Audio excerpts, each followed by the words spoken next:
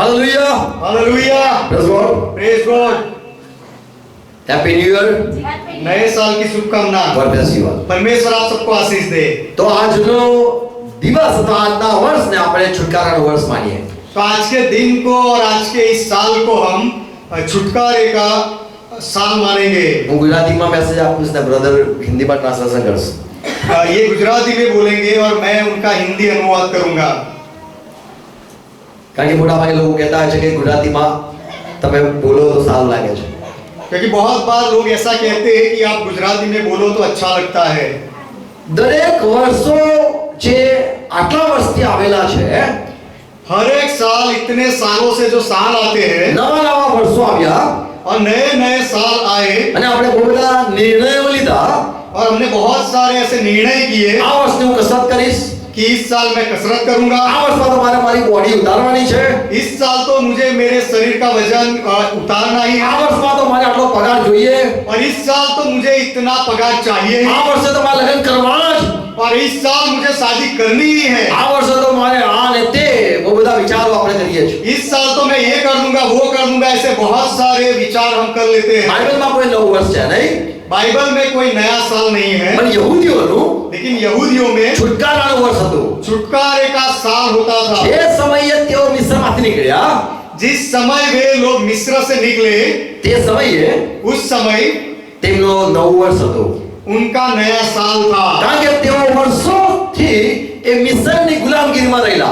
क्योंकि बरसों से वे लोग उस मिस्र देश की गुलामी में रहे थे। સવારના ઉઠવાનું, सुबह उठना था ધંધા કામ પર લાગવાનું, और अपने काम पर चले जाने का ખાવા પીવાનું નહીં, और कुछ खाना पीना ना मिले, કામમાં જ કામ, केवल काम ही काम सांझ करना થાય, था। और शाम होती थी સુઈ જવાનું, सो जाना, સવાર થાય फिर सुबह होती પાછો કામ કરવાનું. फिर काम पे लग जाना। ફક્ત કામ જ કરવા માટે તેઓ પેદા થયા હોય એવી રીતે એમના જીવન હતા. केवल काम करने के लिए ही उन्होंने जन्म लिया हो वैसे उनका जीवन था। અને જ્યારે પ્રભુ એમને મળવા આવ્યા और जब प्रभु उनसे मिलने आए અને કીધું કે આજે તમને હું છોડાવીશ और कहा कि आज मैं तुम्हें छुड़ा लूंगा અને મૂસાને ઊભો કર્યો और मूसा को खड़ा किया અને મિસ્રમાંથી તેઓ નીકળ્યા, और मिस्र से वे लोग निकले, તો એ એમના માટે છુટકારાનું વર્ષ तो वह उनके लिए छुटकारे का साल था। અને એને કહેવાય છે તેમનું નવું વર્ષ. और उसे उनका यहूदियों का नया साल कहा जाता અને है। પછી એ લોકોના તહેવારો આવ્યા. और उसके बाद उनके पर्व आए। એ પહેલા એમનો એક જ તહેવાર નહોતો. उससे पहले यहूदियों का कोई भी पर्व नहीं था। હવે એ લોકો યહૂદીઓને હવે બે રજા છે, अब यहूदी लोगों की दो छुट्टी होती है, એક શનિવાર અને એક રવિવાર. एक तो शनिवार को और एक इतवार को, કારણ કે ક્રિશ્ચનો બી ત્યાં જોડાઈ ગયા છે. क्योंकि मसीही लोग विश्वासी लोग भी उनके साथ जुड़ गए પહેલા थे। કોઈ આરામ નહીં, કામ કામ ને કામ હતું. पहले कोई आराम नहीं था, केवल काम काम और काम ही था। ગીત શાસ્ત્ર 106 ને તેની 43 44 भजन संहिता उसका 106वां अध्याय और उसका 43वां वचन, 43 વર્ષ. उसका 43वां वचन। અહીંયા દાઉદ કહે છે પ્રભુએ એક જ સમયમાં ઇઝરાયલને ઘણી વાર છોડાવ્યા. यहाँ पर दाऊद कहते हैं कि प्रभु ने पुराने समय में इजराइल को बहुत बार मुक्ति दिलाई એ લોકો ફરી ફરી ઈશ્વરના દુશ્મન થયા. और फिर से वापस बार बार वह यहूदी लोग परमेश्वर के शत्रु बन गए। પ્રભુ એમને છોડાવ્યા, परमेश्वर ने उनको छुड़ाया, તો પણ તેઓએ પ્રભુના વિરુદ્ધ બંધ પુકાર્યો फिर भी वे लोगों ने प्रभु के सामने विद्रोह किया અને એકદમ નીચ કક્ષામાં આવી ગયા. और बहुत ही नीची कक्षा में जाकर गिरे। પ્રભુ એમને છોડાવતો રહો, प्रभु उनको छुड़ाता था, દરેક વખતે છોડાવતો હતો. हर बार छुड़ाता था। જ્યારે આપણા જીવનો અથવા દિવસો બદલાય છે, जब हमारे दिन हमारे जीवन बदल जाते हैं, જેમ કે લગ્ન કર્યું जैसे कि शादी की અથવા તો નવી જોબ લાગી या फिर कोई नई नौकरी मिली અથવા નવા સ્કૂલમાં ગયા, या फिर नई स्कूल में गए, આપણા જીવનો બદલાય છે. वो ऐसे समय में हमारे जीवन बदलते हैं આપણે પ્રભુનો આભાર માનીએ છીએ. और हम प्रभु का धन्यवाद करते हैं। દવાખાનામાંથી બહાર આવ્યા अस्पताल से यदि हम निकलते તો हैं બી આપણે આભાર માનીએ છીએ तो भी हम धन्यवाद करते અને हैं કહે છે નવું જીવન, और कहते हैं कि अब नया जीवन मिला, નવું જીવન, नया जीवन, લગ્ન પછી નવું જીવન, शादी के बाद नया जीवन, નોકરી પછી મળ્યા પછી કહે નવું જીવન, नौकरी मिलने के बाद कहते हैं कि नया जीवन, દવાખાનામાંથી બહાર આવીને કહે છે હવે નવું જીવન. अस्पताल से बाहर निकलने के बाद कहते हैं कि अब नया जीवन। ઈશ્વરે ઇઝરાયલને ઘણીવાર છોડાવ્યા. परमेश्वर ने इज़राइल को बहुत बार छुड़ाया। પ્રભુ ઈશ્વર પૃથ્વી પર આવ્યા प्रभु यीशु मसीह जब पृथ्वी पर आए અને એમને જે સેવા શરૂ કરી और उन्होंने जो सेवकाई शुरू की, લૂકની સુવાર્તા 4થો અધ્યાય તેની 18મી કલમ लूका रचित सुसमाचार उसका 4था अध्याय और 18वीं आयत, એક સભાસ્થાનમાં જઈને એમને ઓળિયું લઈને એક આ બાબત વાંચી उनके आराधनालय में जाकर यीशु मसीह ने एक पुस्तक लिया और यह बात को पढ़ा અને લોકોને સંભળાવ્યું કે આ તો છુટકારાનું વર્ષ છે और लोगों को सुनाया कि यह तो प्रतिकार का वर्ष, मुक्ति का वर्ष है। આ તો હવે તમારી પ્રાર્થનાઓ રુદનનો સાંભળ્યા છે ને હવે તમને છુટકારાનું વર્ષ મળશે अब तक तुम्हारी प्रार्थनाओं को और तुम्हारे रोने को सुना गया है और उससे अब तुम्हें मुक्ति मिलेगी તમારા બધા દર્દ દૂર થશે એક આ સમય છે और तुम्हारे सारे दर्द को दूर करने का यही एक समय है। આ एक्सेप्टेशन अथवा तो मान्य वर्ष है और यह एक स्वीकृत या माना हुआ वर्ष है। તમે જે કંઈ માનતા માની છે હવે તમારી માનતાઓ પૂરી થશે आपने जो कुछ भी मान्यताएं रखी है, शपथ ली है, वह पूरी होगी। પ્રભુ ઈસુએ ત્યાં જઈને આ પ્રમાણે ઉપદેશ કર્યો प्रभु यीशु ने वहां जाकर इस तरह से उपदेश किया તમારો છુટકારાનો વર્ષ છે कि तुम्हारे 24 કલમ प्रभु के प्रसन्न रहने के वर्ष है, प्रभु के प्रसन्न रहने का वर्ष है। તો પ્રભુએ કીધું મને એટલા માટે મોકલ્યો છો ઇઝરાયલ ઓ લોકો સાંભળો હું આજથી તમારો બધાનો છુટકારો થશે तो प्रभु ने कहा कि मुझे इसीलिए भेजा है और हे लोगों तुम सुनो कि अब से तुम्हारा छुटकारा होगा। તો છુટકારાનો સમય હોય છે तो छुटकारे का समय होता है। જેમ આપણે કોઈ મરી જાય તો કહે છે એ મુક્તિ પામ્યા जैसे जब कोई मर जाता है तो हम कहते हैं कि उनको मुक्ति मिल કોઈ गई। રીબાતું હોય તો કહે છે આ કાર્ય મુક્તિ પામે और जब कोई दर्द में हालात जिनके खराब होते हैं तो हम कहते हैं कि इसमें से उसे कब मुक्ति मिले। લગ્નમાં ફસાયા હોય ને કાલે મુક્તિ મળે એવું और शादी में अगर कोई फंस गया हो तो ऐसा लगता है कि उसे कब छुटकारा मिल તો જે जाए। છુટકારો છે तो यह जो छुटकारा है પ્રભુ વારે વારે આપે છે प्रभु हर बार देता रहता है। જૂના કરારમાં पुराने नियम में ઇઝરાયલ જ્યારે બંદીખાનામાં હતા इजरायली लोग जब गुलामी में थे, बंदी गृह में थे, એ લોકોને મિસ્રમાં कैद करेला था मिस्र देश में उनको कैदी बनाया गया था गुलामीगिरी करता था और वहां पर वे गुलाम थे। એ લોકો ડરતા હતા तब रोते थे હજી वहां છૂટવું છે कि यहाँ से छूटना है, छूटना है। અને निर्गमन बीजो अध्याय 23-24 और निर्गमन की किताब उसका दूसरा अध्याय 23, 24 और 25 भी आया। તમે ત્યાં વાંચો તો आप यदि वहां पर पढ़ो तो ત્યાં લખ્યું છે वहां पर लिखा है પ્રભુએ લોકોના પોકાર સાંભળ્યા कि प्रभु ने अपने लोगों की पुकार को सुना અને પ્રભુએ ઉત્તર આપ્યો और प्रभु ने जवाब दिया અને એમના દર્દમાંથી છોડાવ્યા और उनके दर्द से उनको छुड़ाया। કારણ કે ઇબ્રાહીમ સાથે પ્રભુએ કરાર કરેલો क्योंकि इब्राहिम के साथ प्रभु ने वाचा बांधी थी, करार किया था કે તારા છોકરાઓને હું છોડાવીશ कि तेरे संतानों को मैं छुड़ाऊंगा। ઉત્પત્તિ 15મા અધ્યાયમાં उत्पत्ति की किताब 15वें अध्याय में જ્યારે ઇબ્રાહીમે કીધું મને કોઈ છોકરા નથી થતા जब इब्राहिम ने कहा कि मुझे कोई संतान नहीं हो रहे તો हैं પ્રભુએ કીધું કે તું બલિદાન આપ तो प्रभु ने उसे कहा कि तू बलिदान दे અને ઇબ્રાહીમ બલિદાન આપે છે और इब्राहिम बलिदान देते हैं અને ત્યારે એ ઊંઘી જાય છે और बलिदान देने के समय पर इब्राहिम सो जाते અને हैं સાંજના और सांझ के समय એ બલિદાન ઉપર પક્ષીઓ બેસી જાય છે उस બેસે છે बलिदान के ऊपर पंछी आकर बैठ जाते અને हैं ઇબ્રાહીમ ત્યાં ઊંઘી ગયેલો और इब्राहिम उस समय सो गए थे અને પ્રભુને ગુસ્સો આવ્યો और प्रभु को गुस्सा અને એટલા आया। માટે પ્રભુએ કીધું तो इसीलिए प्रभु ने कहा ઇબ્રાહીમ તારા છોકરાઓ થશે इब्राहिम तेरे संतान के संतान होंगे પણ તેઓ 400 વર્ષ ગુલામ થઈ જશે लेकिन 400 साल तक वे गुलाम बन जाएंगे ત્યાંથી એમને છોડાવીશ और वहां से मैं उन्हें छुड़ाऊंगा। તો આ ઇબ્રાહીમના છોકરા ઇઝરાયલ तो यह इब्राहिम के संतान जो इजराइल है,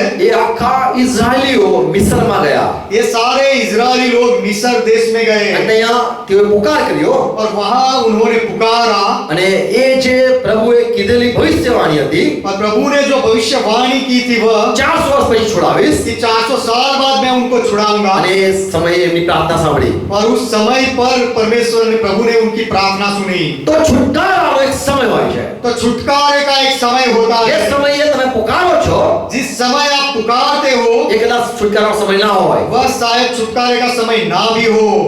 પણ છુટકારો મળી શકે છે. लेकिन छुटकारा मिल सकता है. 3 વાતો કહીશ, 3 बातें कहूंगा સમાપ્ત કરીશ. और पूरा करूंगा. યશાયા 26:7 માં લખ્યું, 17 માં લખ્યું છે, यशायाह की किताब उसका 26वां अध्याय और 17वें वचन में लिखा है, જ્યારે માતા ગર્ભ ધારણ કરે છે जब माता को गर्भ रहता है અને એને જ્યારે પીડાનો સમય આવે છે, और जब उसे दर्द होने लगता है એ બૂમ પાડે છે, तो वह चिल्लाती है, કારણ કે એનો છુટકારાનો સમય આવ્યો છે. क्योंकि अब प्रसव की घड़ी आ गई है, छुटकारे की घड़ी आई 9 है. મહિના સુધી એ રાખે છે. 9 महीने तक बच्चे को वह रखती है 9 મહિના પછી એને ડિલિવરી અથવા તો એને પ્રસ્તુતિ કરવી પડે છે. और 9 महीने के बाद उसे प्रसूति करनी पड़ती है, बच्चे को जन्म देना पड़ता સમય है. આવે છે, છુટકારો મળે છે. समय आता है, छुटकारा मिल जाता है. આપણા ગમે તે સ્થિતિ હોય એમાં એક દિવસ છે જે છુટકારાનો દિવસ છે. हमारी कोई भी परिस्थिति हो, एक दिन तो है जब हमें छुटकारा मिल जाता है. જૂના કરાર ઓકે પ્રેક્ટિકલ 13મા અધ્યાયમાં प्रकाशित वाक्य की किताब उसका 13वां अध्याय, ઈશ્વર પ્રભુએ કીધેલું प्रभु ने कहा था એક સમય દુનિયામાં આવશે ऐसा एक समय आएगा જ્યારે લોકો શૈતાનની આરાધના કરશે कि जब लोग शैतान की आराधना करेंगे અને શૈતાન બહુ બધા ચમત્કાર કરશે. और शैतान बहुत सारे चमत्कार दिखाएगा. તો એક સમય આવવાનો છે શૈતાન લોકોને બાંધી દેશે. तो ऐसा समय आएगा जब शैतान लोगों को बांध देगा. અને દાનિયેલ 12:1 માં લખ્યું છે और दानियल की किताब 12वां अध्याय पहले वचन में लिखा है, શૈતાને કેટલી વાર લોકોને બંધનમાં રાખેલા, शैतान ने बहुत बार लोगों को बंधन में डाला है. પણ लेकिन કે છે મિખાએલ ઉભો રહ્યો मिखाएल खड़ा हुआ અને લોકોને છોડાવ્યા. और मिखाएल ने लोगों को छुड़ाया. જૂના કરારમાં पुराने नियम में લોકો બંધાયા लोग बंधुआ बने અને સમય આવતા છૂટ્યા. और समय आने पर उनको छुटकारा मिला. શૈતાનનો પણ સમય આવશે, शैतान का भी समय आएगा એને લાગશે કે હવે હું હંમેશા લોકો પકડાકીશ, और शैतान को ऐसा लगेगा कि हमेशा के लिए लोगों को मैं गुलाम बना પણ लूंगा. એક સમય છુટકારો આવશે. लेकिन एक समय छुटकारे का आ जाएगा. Praise Lord. पर प्रभु का महिमा हो. જૂના કરારમાં સમય હોતા, पुराने नियम में ऐसे समय थे, ઘણા લોકો અડધે જ છૂટી ગયા, कुछ लोग आधे में से ही छूट जाते हैं, અમુક લોકો પ્રાર્થના કરીને છૂટી ગયા कुछ लोग प्रार्थना करके छूट गए અને અમુક લોકોને પ્રભુએ સમયે છોડાવ્યા. और कुछ लोगों को प्रभु ने अपने समय पर छुड़ाया. પ્રભુ વિચાર પૃથ્વી પર આવ્યા. प्रभु यीशु मसीह जब पृथ्वी पर आए, ગલાતી 4:4 માં લખેલું છે गलाती की किताब 4वां अध्याय 4वां वचन में लिखा है સમય પૂરો થયો कि समय पूरा हुआ અને ઈસુ ખ્રિસ્તને દેવે મોકલ્યો. और परमेश्वर ने प्रभु यीशु मसीह को भेजा. સમય પૂરો થયો અને ઈસુ ખ્રિસ્ત આવ્યા. समय पूरा हुआ और यीशु मसीह आए. કેટલા બધા બીમાર ઈસુ ખ્રિસ્ત પહેલા રહ્યા, यीशु मसीह के आने से पहले बहुत सारे बीमार लोग थे કેટલા બધા વડગાડમાં મરી ગયા, और कितने ही लोग दुष्टात्माओं के बंधनों में मर गए, દુઃખમાં મરી ગયા. दुख में मर गए. પણ એક સમય આવ્યો लेकिन एक समय आया ત્યારે ઇઝરાયલને છુટકારો મળ્યો, तब वह इजराइल को छुटकारा मिला, કારણ કે ઈસુ ખ્રિસ્ત આવ્યા. क्योंकि यीशु मसीह आए. તો ઈસુ ખ્રિસ્ત એક સમય આવ્યા જે સમય છુટકારાનો દિવસ હતો. तो यीशु मसीह ऐसे समय पर आए जो छुटकारे का वर्ष था. પ્રભુએ કીધું प्रभु ने कहा, તમે સત્ય જાણશો ને તમે છૂટી જશો, तुम सत्य को जानोगे और फिर छुटकारा हो जाएगा. તમે સ્વતંત્ર થઈ જશો. तुम स्वतंत्र हो जाओगे અને દીકરો ચાહે ને સ્વતંત્ર કરી શકે છે. और पुत्र जिसे चाहे उसे आजाद कर सकता અને है. એટલા માટે ઈસુ ખ્રિસ્તે કીધું, और इसीलिए यीशु मसीह ने बताया, યશાયાનું પુસ્તક વાંચતા કીધું यशायाह की किताब पढ़ते हुए कहा તમારો છુટકારો છે. कि तुम्हारा छुटकारा है. Praise Lord. परमेश्वर का महिमा हो. આપણને કોઈ પણ બાબતમાં ફસાયા છે, हम कोई भी बाबत में अगर फंस गए हैं આપણે છૂટી શકીએ છીએ. तो हम छूट सकते हैं. 3 વાતો કહીશ. 3 बातें कहूंगा. પહેલા ઈસુ ખ્રિસ્તની વાત કરીશ. पहले यीशु मसीह की बात कहूंगा. ઈસુ ખ્રિસ્ત સર્વસ્થ પર હતા, यीशु मसीह जब वधस्तंभ पर थे, એ છૂટ્યા નહીં, वहां से वे छूटे नहीं, એ મરી ગયા, वे मर गए, છુટકારો ના મળ્યો. छुटकारा नहीं मिला. હિબ્रू પત્ર 2 અધ્યાય 10મી કલમ. इब्रानियों की पत्री उसका 2 अध्याय 10वां वचन. પ્રભુ ઈસુ ખ્રિસ્ત प्रभु यीशु मसीह ઘણાને લાવવા માટે बहुत सारे लोगों को लाने के लिए એ દુઃખમાં રહ્યા. वे दुख में रहे છુટકારાનો અંગીકાર કર્યો નહીં. और जो उनको मुक्ति मिल सकती थी उनका स्वीकार नहीं किया. જે થાય એ થવા દો, जो भी होगा देखने दो, होने दो. હું નહીં છુટકારો માંગીશ, मैं मुक्ति नहीं मांगूंगा. સમય આવશે એ માંગીશ.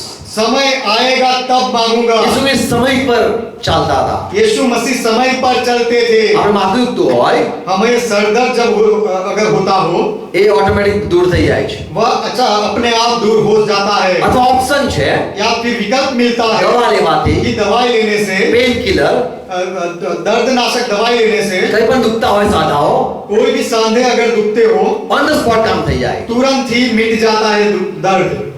તો ઓપ્શન છે, तो ऐसे विकल्प हमें मिलते हैं। છુટકારાનો ઓપ્શન છે। मुक्ति का भी विकल्प है। અડધેથી તમે મુક્તિ પામી શકો, आधे में से भी आप छुटकारा पा सकते हो, અથવા તો તમે સમય રાહ જુઓ, એ સમય ગાયબ થઈ જશે। या फिर उस समय का राह देखो तो वह समय आने पर वह स्थिति गायब हो जाएगी। ઈસુ ખ્રિસ્ત यीशु मसीह દુઃખોમાં ગયા, दुखों में गए।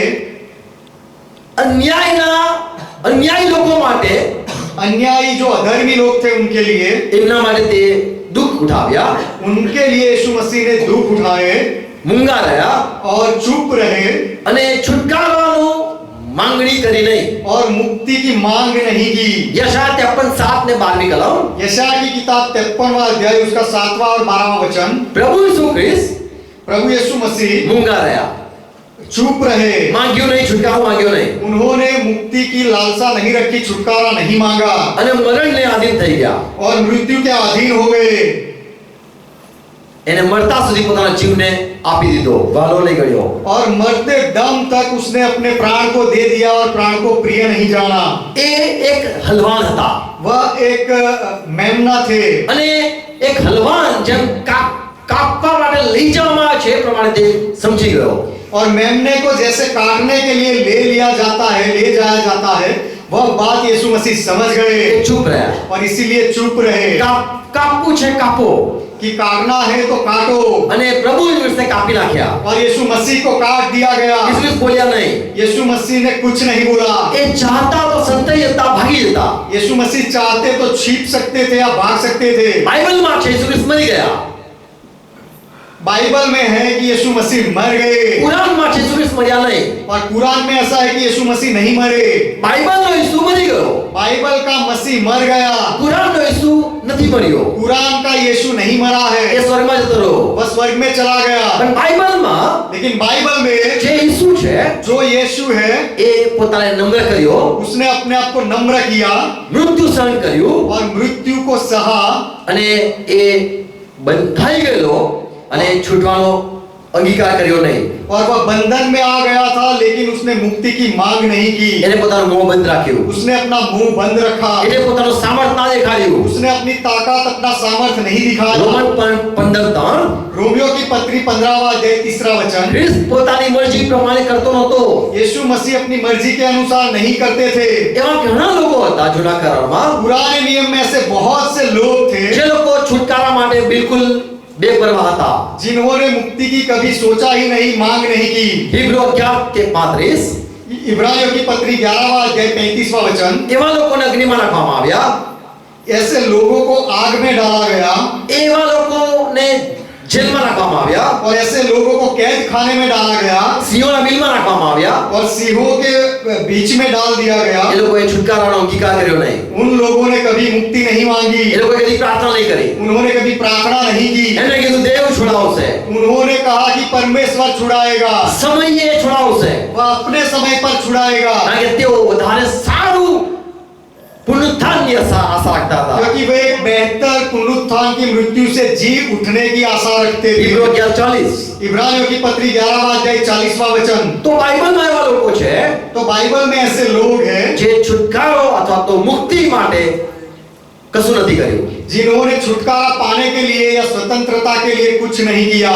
જેમ ઈસુ ખ્રિસ્તે કીધું યોહાન સુવાર્તા 16:21, जैसे यीशु मसीह ने कहा यूहन्ना का सुसमाचार 16वां अध्याय 21वां वचन। સ્ત્રીને જેમ સમય આવે છે પ્રસૂતિનો, स्त्री का जब समय आता है बच्चा जन्मने का, ત્યારે એ યાદ રાખે છે तब वह याद रखती है કે મારો સમય આવ્યો છે कि अब मेरा समय आ गया है, અને મને મુક્તિ મળશે. अब और मुझे मुक्ति मिलेगी। અને જ્યારે મુક્તિ મળે છે और जब मुक्ति मिलती અને है, છોકરાને જોઈને अपने बच्चे को देखकर એ એના દુઃખને ભૂલી જાય છે. वह अपने दर्द को भूल जाती है। તો એક સમય આવે છે તમારો છુટકારો મળશે જ મળશે. तो एक समय आता है, आपका छुटकारा होगा ही होगा, मिलेगा ही मिलेगा। જો તમે વચ્ચેથી નીકળવાનો પ્રયત્ન નહીં કરો, यदि आप बीच में से भागने की कोशिश ना करो तो, પણ તમને લાગે છે કે હું બહુ જ અઘરું છે હવે નીકળવાનું, लेकिन आपको ऐसा लगता है बहुत ही कठिन लग रहा है, नहीं छूट पाऊंगा, તો બીજો ઓપ્શન છે. तो दूसरा भी विकल्प है। પહેલો કોરિન્થી 10મો અધ્યાય 13મી કલમ. पहले कोरिन्थी की पत्री 10वां अध्याय 13वां वचन। તમને લાગે છે કે મારે છૂટવું જ પડશે, आपको ऐसा लगता है कि मुझे छूटना ही पड़ेगा, મારે હજુ રાહ નથી જોવું, मुझे अब और इंतजार नहीं करना। એ મુક્તિનો દિવસ ને મારે નહીં હવે જોવો. छुटकारे का वह जो दिन होगा वहां तक मैं पहुंचना नहीं चाहता, नहीं देखना मुझे। ઘણા લોકો કહે છે કે 9 મહિના સુધી નહીં ચાલે, મને વચ્ચે જ બસ કશું બી આપી દો, દવા આપી દો. बहुत लोग ऐसा कहते हैं कि 9 महीने तक मैं सह नहीं पाऊंगी, बीच में ही मुझे कुछ दवाई दे दो, અને પછી ઇન્જેક્શન આપવામાં આવે છે. और फिर इंजेक्शन देने पड़ते हैं। પહેલો કોરિન્થી 10:13 पहले कोरिन्थी की पत्री 10वां अध्याय 13वां वचन। અહીંયા લખેલું છે, यहाँ पर लिखा हुआ है પ્રભુ તમારી પરિસ્થિતિ જાણે છે, कि प्रभु आपकी परिस्थिति को जानता है, તમારી નબળાઈ જાણે છે, और आपकी कमजोरी को जानता है, તમારું સામર્થ્ય જાણે છે. और आपकी ताकत सामर्थ्य को भी जानता है। જે પરીક્ષણ તમારા પર આવે છે जो परीक्षा आपके ऊपर आती है, એમાંથી છૂટવાના રસ્તા પણ તે આપે છે. उसमें से छूटने के मार्ग भी वह देता है, કારણ કે એને ખબર છે क्योंकि उसे पता है તમે સહન નહીં કરી શકો. कि आप सह नहीं पाओगे। પણ બાઇબલમાં અમુક એવા લોકો છે કે જે બધું સહન કરી શકે છે. लेकिन बाइबल में हम कुछ लोग ऐसे हैं जो सब कुछ सह पाते हैं। બાઇબલમાં એવું એક ઇબ્રાહીમ હતો. बाइबल में एक ऐसा व्यक्ति था जो इब्राहिम था। ઇબ્રાહીમને કીધું કે તને દીકરો થશે. इब्राहिम को कहा गया कि तुझे बेटा होगा। ઉત્પત્તિ 15:2-3 કલમ. उत्पत्ति की किताब 15वां अध्याय 2 से 3 वचन। ઇબ્રાહીમે દેવને કીધું इब्राहिम ने परमेश्वर से कहा મારથી નહીં થાય, कि ये मेरे से नहीं होगा, હું ના નહીં જઈ શકું. मैं इंतजार नहीं कर पाऊंगा। મારા ઘરમાં નોકરનો છોકરો मेरे घर में जो नौकर है उसका बेटा ઇલિયાઝર, एलियाजर, એનો છોકરો મોટો થઈ ગયો, उसका बच्चा भी बड़ा हो गया है, એ જ કદાચ વારસ થઈ જશે. और अब वही मेरा वारिस बन जाएगा, હું નિસંતાન જાઉં છું, और मैं तो बिना संतान ही चला जाता हूँ। તું મને શું આપશે? तो परमेश्वर तू मुझे क्या देगा? ઇબ્રાહીમની જે તાકાત હતી રાહ જોવાની હવે સમાપ્ત થાય છે. इब्राहिम की राह देखने की जो ताकत थी वह इस समय पर पूरी होती है, અને એ જ સમયે સારા આવે છે. और उसी समय सारा आती है। ઉત્પત્તિ 16મો અધ્યાય. उत्पत्ति की किताब 16वां અને अध्याय, કહે છે ઇબ્રાહીમ તમારું દુઃખ હું નથી જોઈ શકતી, और कहती है कि हे इब्राहिम आपके दर्द को मैं नहीं देख सकती, તમે હાગાર પાસે જાઓ. आप अब मेरी नौकरानी हागार के पास जाओ। ઓપ્શન एक विकल्प मिला છુટકારા માટે, छुटकारा पाने के તમને लिए, ખુશી મળે, आपको खुशी मिले, હાગાર પાસે જાઓ. इसलिए हागार के पास जाओ, અને હાગારથી સંતાન થશે. और हागार से संतान होंगे। અને ઇબ્રાહીમ હાગાર પાસે ગયો और इब्राहिम हागार के पास गए, અને એનાથી ઇસ્માઇલ જન્મ્યો. और हागार के पेट से इस्माइल का जन्म हुआ।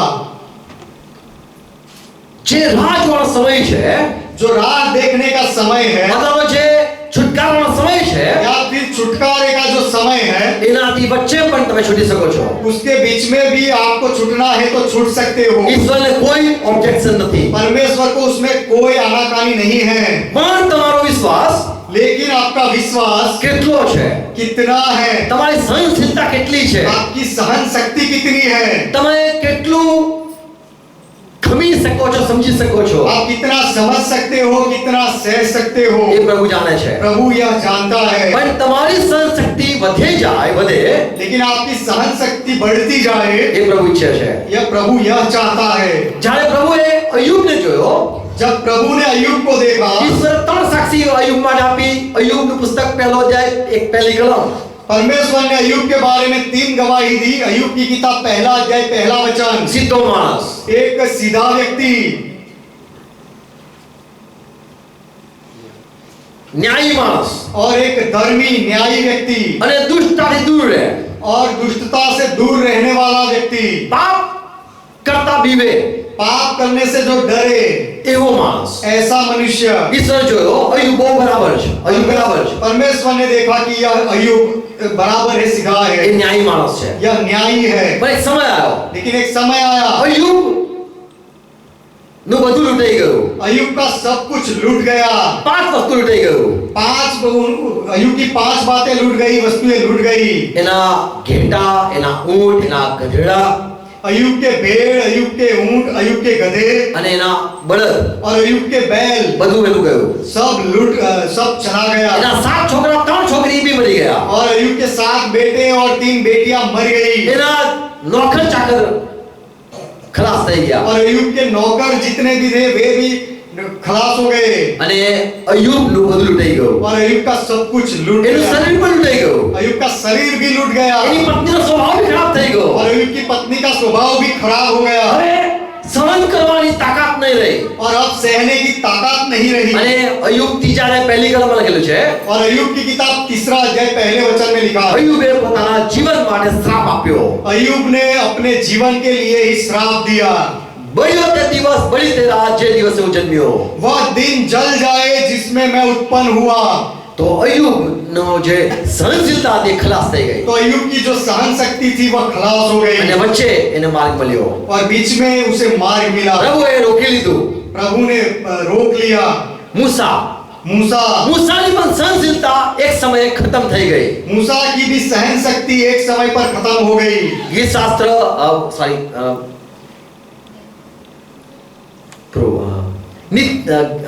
ગીત શાસ્ત્ર તેનો 106 તેની 32મી કલમ।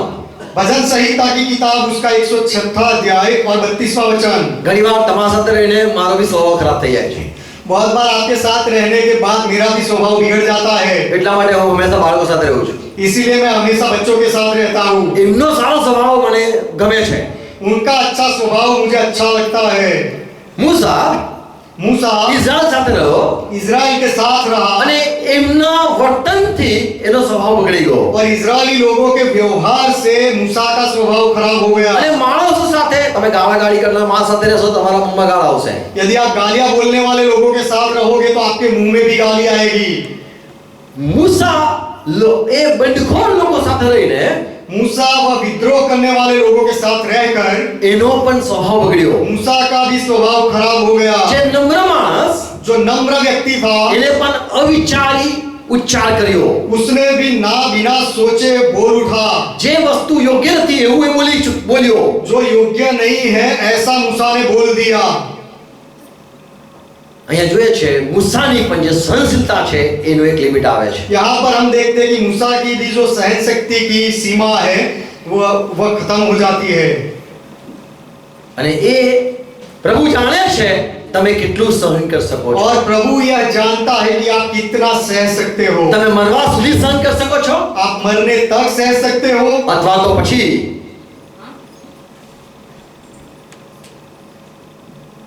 મરણ પછી પણ સહન કરી શકો છો। या मृत्यु के बाद भी सह सकते हो। બાઇબલમાં જે સેવકો છે बाइबल में जो सेवक है એ લોકો સહન કરીને થાકી ગયા અને તેઓ ઓપ્શનમાં ગયા। वो वे सह के थक गए और जो विकल्प बीच में मिला वहां चले गए। પ્રભુ છુટકારાનો માર્ગ પણ આપે છે। प्रभु छुटकारे का मार्ग भी देता है। તમે સહન કરી શકો એ જાણે છે। आप सहन कर सकते हो वह जानता है। કેટલું સહન કરી શકો છો એ પણ તે જાણે છે। और कितना सह सकते हो वह भी प्रभु जानता है। અને એના સાથે और उनके साथ છુટકારો પણ આપે છે। प्रभु उसके साथ छुटकारे का रास्ता भी देता है। તમે કાં તો છુટકારો વચ્ચેથી પામી શકો છો आधे में से ही आप छुटकारा ले सकते हो અથવા તો તમે છેલ્લા સુધી રહી શકો છો જ્યારે પ્રભુ છુટકારો આપે। या फिर अंत तक आप राह देख सकते हो जहां पर प्रभु छुटकारा देगा। અને ત્રીજું और तीसरा विकल्प પ્રેઝ લॉर्ड परमेश्वर का महिमा हो। ગીત શાસ્ત્ર 81 81 7મી કલમ। भजन संहिता की किताब 81वां अध्याय उसका 7वां वचन। સંકટમાં મેં યહોવાનો પોકાર કર્યો। संकट में मैंने यहोवा को पुकारा। સંકટમાં સહન નહીં કર્યું, संकट में सहन नहीं किया, બસ પોકાર કર્યો केवल पुकार किया અને તેણે મને ઉત્તર આપ્યો। और उसने मुझे उत्तर दिया, छुड़ाया। પ્રેઝ લॉर्ડ परमेश्वर का महिमा हो। 91:15 ગીત શાસ્ત્ર 51:15। भजन संहिता की किताब उसका 91वां अध्याय और 15वां वचन। તું મને હાથ માર, પ્રભુ કહે છે, प्रभु कहते जब तू मुझे पुकारे હું તને ઉત્તર આપીશ तब मैं तुझे सुनूंगा, उत्तर અને दूंगा, તારા સંકટમાં દુઃખોમાં और तेरे संकट में दुखों હું में તને છોડાવીશ. मैं तुझे छुड़ाऊंगा। યોએલ બીજો અધ્યાય 31-32 योएल की किताब दूसरा अध्याय 31 और 32वां वचन। ત્યાં લખેલું છે, वहां पर लिखा हुआ है તું મને હાથ મારશે, कि तू मुझे पुकारेगा હું ઉત્તર આપીશ. और मैं तुझे उत्तर दूंगा। યોએલ બીજો અધ્યાય તેની 32 32મી કલમ. योएल की किताब दूसरा अध्याय 32वां वचन। उस समय जो कोई यहोवा को पुकारेगा वह छुटकारा पाएगा। એ સમયે છોડાવવા માટે, છુટકારા માટે પ્રાર્થના કરશે ને, હું તેને ઉત્તર આપીશ, છોડાવીશ. उस समय छुटकारे के लिए वे प्रार्थना करेंगे और मैं उसे उत्तर दूंगा। તો ગીત શાસ્ત્ર 86:7 और भजन संहिता 86वां अध्याय उसका 7वां वचन।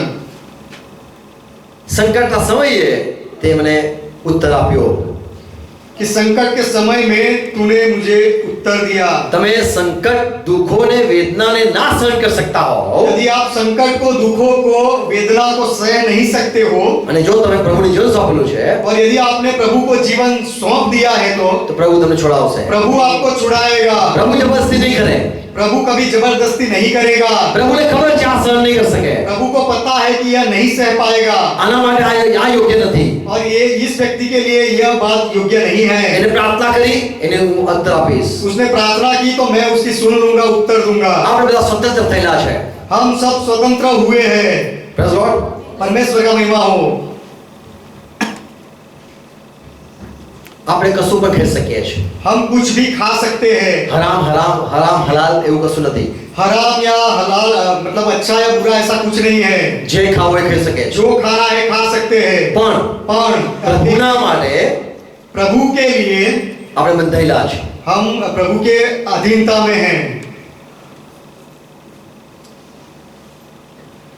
આપણે કશું બી પહેરી શકીએ છીએ, हम कुछ भी पहन सकते हैं પણ પ્રભુ માટે. लेकिन प्रभु के लिए ગલાતી 5:13મી કલમ गलाती की पत्री 5वां अध्याय 13वां वचन લખેલું છે, यहाँ पर लिखा हुआ है મારા ભાઈઓ, તમને જે મુક્તિ, સ્વતંત્રતા મળી છે कि हे मेरे भाइयों, तुम्हें जो स्वतंत्रता मिली है એમાં એકબીજાની સેવા કરો. उसमें एक दूसरे की सेवा करो। આમેન. आमेन। પ્રભુ શું છુટકારો આપવા આયા. प्रभु यीशु छुटकारा देने के लिए आए આપણે જ્યારે પ્રભુની જીવન સોંપ્યું છે, और जब हमने प्रभु को हमारा जीवन दे दिया અને है આપણે સહન ના કરી શકતા હોય और यदि हम सह नहीं सकते પ્રાર્થના કરો. तो प्रार्थना करनी चाहिए। Praise God. परमेश्वर का महिमा हो। અથવા તો या फिर પ્રભુ તમને 2-3 માર્ગ બતાવશે. प्रभु आपको 2-3 रास्ते दिखाएगा ના સહન થાય તો આ ઓપ્શન પર જા. कि अगर सह नहीं पाता है तो ये तेरे लिए विकल्प है, वहां जा सकता है। અથવા તો ત્યાં રોકાઈને રાહ જોવી હોય સમય માટે તો તૈયાર થા. या फिर वहां पर ही ठहर जा और उस समय आने तक राह देखनी है तो राह देख। Praise God. परमेश्वर તો का આપણને महिमा ઈસુ हो। ખ્રિસ્ત દરેક વખતે છોડાવે છે. तो हर बार यीशु मसीह हमें छुड़ाता है। પ્રભુનો મહિમા થાય માટે, છુટકારા માટે હંમેશા રાહ જોઈને છુટકારામાં રહેવું. प्रभु के महिमा के लिए, छुटकारे के लिए हमेशा राह देखनी चाहिए और परिस्थिति में बने रहना चाहिए। Praise God. परमेश्वर का સાદ્રાક, મેસાક, અબેદનગોને અગ્નિમાં નાખવામાં આવ્યા. साद्राक, मेसाक, अबेदनगो को आग में डाला गया, છુટકારાનો માંગણી કરી નહીં. लेकिन उन्होंने छुटकारे की मांग नहीं की। પ્રભુ प्रभु મારે, પ્રભુ જીવાડે. प्रभु मारे तो भी ठीक है और प्रभु जिलाए तो भी ठीक है। અમે કોઈની આગળ નમીશું નહીં. हम किसी के सामने नहीं झुकेंगे અને તેઓને અગ્નિમાં નાખવામાં આવ્યા, और इसीलिए उनको आग में डाला गया, પણ પ્રભુએ તેમને છોડાવ્યા. लेकिन प्रभु ने उनको छुड़ाया। Praise God. परमेश्वर का महिमा તો हो। આ વર્ષ યાદ રાખે, પ્રભુ આપણને છોડાવે જ છે. तो इस साल को याद रखें कि प्रभु हमें छुड़ाता ही है। आमेन। आमेन। બધા સહન કરી શકતા હોય તો પ્રેઝ ગોડ. और यदि हम सह सकते हैं तो परमेश्वर का महिमा हो। God bless you. परमेश्वर आप सबको आशीष दे। Praise God. प्रभु का महिमा प्रार्थना हो। करें। आइए हम प्रार्थना करें। આભાર જીવતા પ્રભુ, તમારી બધી મહેરબાની માટે. हमारे जिंदा प्रभु आपके सारे मेहरबानी के लिए आपका धन्यवाद। તમે છોડાવો છો, आप छुड़ाते हो, તમે અમને આઝાદ કરો છો, आप हमें आजाद करते हो સ્વતંત્રતા આપો છો। और हमें मुक्ति देते हो। આભાર પ્રભુ। प्रभु धन्यवाद। આ બધી વાતો જે સંભળાવી છે, સાંભળી છે, ये सारी बातें जो सुनाई गई है और सुनी हैं, પ્રભુ બધામાં એ વવાય, हर सब लोगों में प्रभु यह बातें बोई जाए ચર્ચના લોકો સમજી શકે, और कलीसिया के लोग इस बात को समझ सके, એમના હૃદયમાં વવાય, उनके हृदयों में यह बोया जाए, એમના જે દુઃખ છે, उनके जो दुख है, એમના જે વિચારો છે, उनके जो विचार है, જે બંધન છે, जो बंधन है, ચિંતા છે, चिंताएं है, એમાંથી એમને મુક્તિ આપો। उसमें से उनको मुक्ति दो। પ્રભુ તેઓ જાણી શકે प्रभु वे जान सके તમે જ છો છોડાવનાર દેવ। कि छुटकारा देने वाले परमेश्वर आप ही हो। તમારી કૃપાનો દરેકને અનુભવ આપો। आपके अनुग्रह का सबको अनुभव दो। પ્રભુ દરેકની જે જરૂરિયાત છે પૂરી કરો। प्रभु सबकी जो जरूरतें हैं पूरी करो। તમારા આજ્ઞામાં ચાલી શકે, आपकी आज्ञा पालन में वे चल सके, તમને ગમે એ પ્રમાણે જીવી શકે, आपको अच्छा लगे वैसा जीवन जी सके, એ કૃપા કરો। ऐसा अनुग्रह करो। પવિત્ર આત્મા દૂરો ચલાવો। पवित्र आत्मा दूरो और चलाओ। એ પ્રાર્થના છે। यह प्रार्थना है। आमीन। आमीन। રોજ સાથે કરીએ। प्रभु ने जो सिखाई वो प्रार्थना एक साथ मिलकर करे। ओ आकाशમાં અમારા બાપ, કે અમારે પવિત્ર બનાવો, તમારું રાજ્ય આવો, જેમ આકાશમાં તેમ પૃથ્વી પર તમારી ઈચ્છા પૂરી થાઓ। દેશ કઈ આજ્ઞા આપો, જેમ અમે માફ કરીએ છીએ તેમ અમારું માફ કરો। અમને પરીક્ષા ન લાવો, પણ સદાચિત સુખો કરો। રાજ્ય પરાક્રમ અને મહિમા સદા તમારા છે। આમીન। દેવ બાપનો પ્રેમ, આપણા પ્રભુ ઈસુ ખ્રિસ્તની કૃપા અને પવિત્ર સંગતિ આપણા સાથે રહે અને વિશ્વમાં જેટલા પ્રભુ પર પ્રેમ રાખે છે તમામ વાલા સાથે આપણે કે આમેન। आमीन। Praise Lord. परमेश्वर का महिमा हो। God bless you all. परमेश्वर आप सबको आशीष दे। Praise Lord. प्रभु